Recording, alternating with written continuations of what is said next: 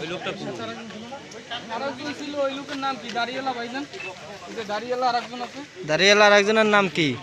ওই লোকটার নাম কি? আপনার সাথে যে আরেকজন ছিল, বেশ হালকাই ছিল।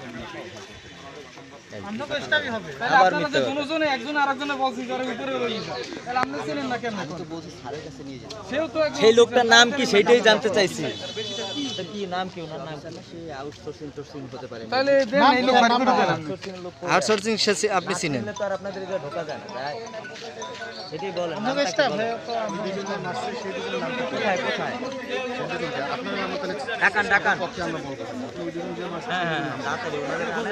আপনারটা হালকা হইতে পারে, তাহলে কি মারছে আমি তো দেখি এই ফালতু কথা বলেন। ছিল সেই দুজনের কথা বলেন, তাহলে আপনি হাত ধরে আপনার পাশেই ছিলাম। আপনারা কয়জন এনেছেন আমার উপরে? আপনি এখন এনেছেন আমার উপরে?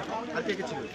আমি আমার দারোয়ানের বলছি যে গেট খুলেন, ভিতরে যাবো। তখন উনি গেট না খুললে ছিটকেনি দেওয়া ছিল, আর একটা তালাই নিয়ে মারছে। তারপর আমি ওয়াল ট্যাঙ্কে ঢুকছি ছবি তোলার জন্য। আমি ভিতরে ঢুকছি মাত্র আমার মারধর করে ভিতরে নিয়ে গেছে, ক্যামেরা ভাঙছে, আমার মোবাইল নিয়ে গেছে, বলছে যে তুই পুলিশের গায়ে হাত দিছো, তোরে এই কোর্টে চালান দিয়ে দেবো। এই তারপরে আমি অনেক রিকোয়েস্ট করছি আমার মারবেন না, তারপরে আমার ছাড়ে নাই, আমার রুমে নিয়ে আটকাই যাচ্ছে নিচে। সেই জায়গা দিয়ে মারতে মারতে উপরে স্যারের রুমে নিয়ে গেছে। সেই জায়গা অনেক তর্কতর্কি করছে, আমার পরে আটকাই রাখছে। আমার মোবাইল নিয়ে গেছে, ক্যামেরা নিয়ে গেছে, ক্যামেরা ভাঙছে।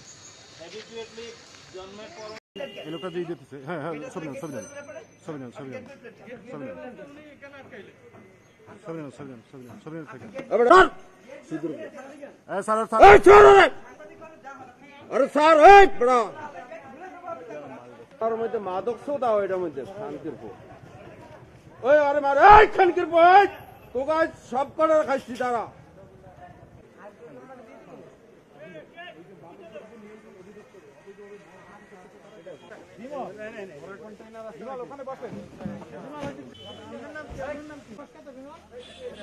ভরা কন্টেইনার গুলো আনে না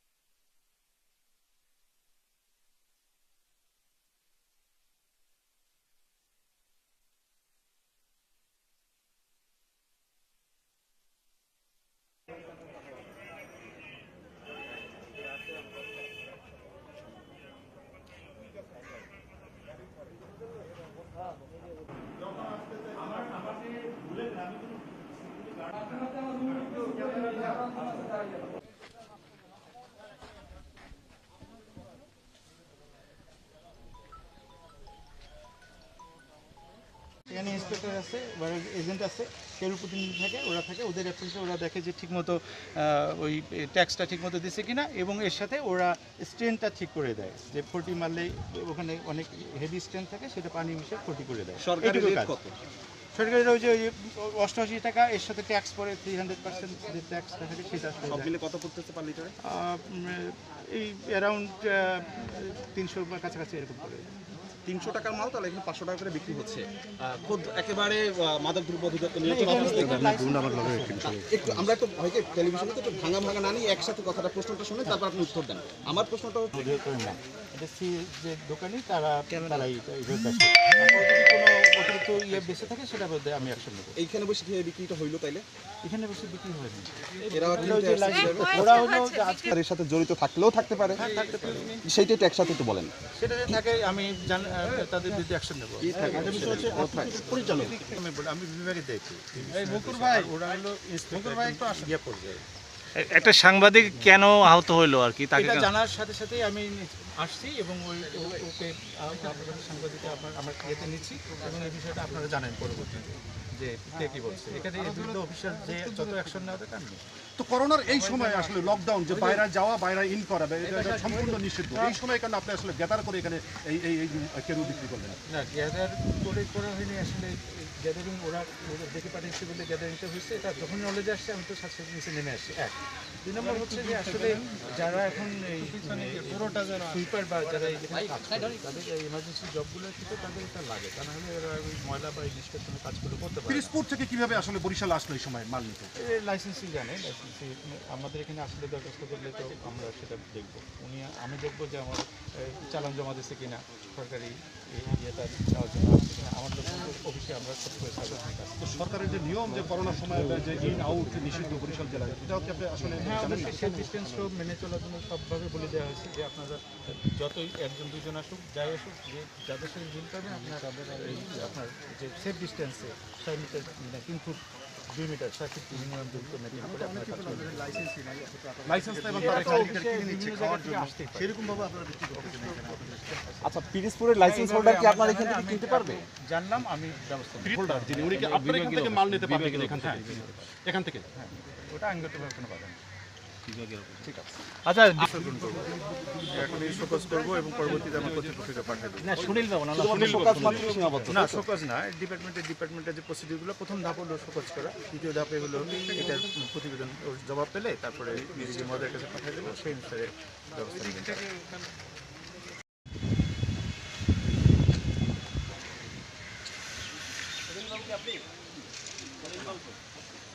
এই জায়গা ছিল তো একটু আগে।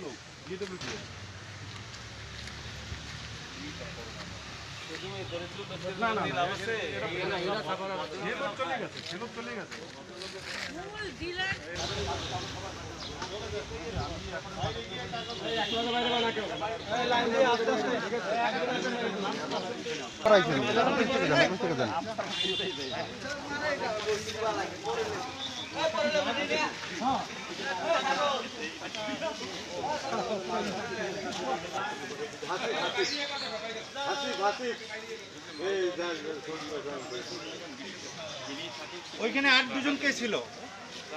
ওই 2 জনের নাম দরকার আমার। আপনি চেনেন, কোন একটা নাম জানেন? নাম জানি দাঁড়িয়ে একজন লম্বা করে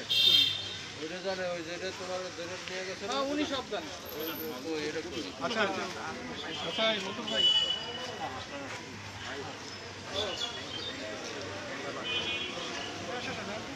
মোবাইলটা জেলা প্রশাসক এই সময় বরিশাল জেলার বাইরে এবং ভিতরে আসারাম দেওয়ার সময় এই ওরা টাকা পাবে একটু আশা দেওয়ার বিষয়টা যেহেতু ওরা আপনারাই ওদের প্রতি চিন্তা করেন।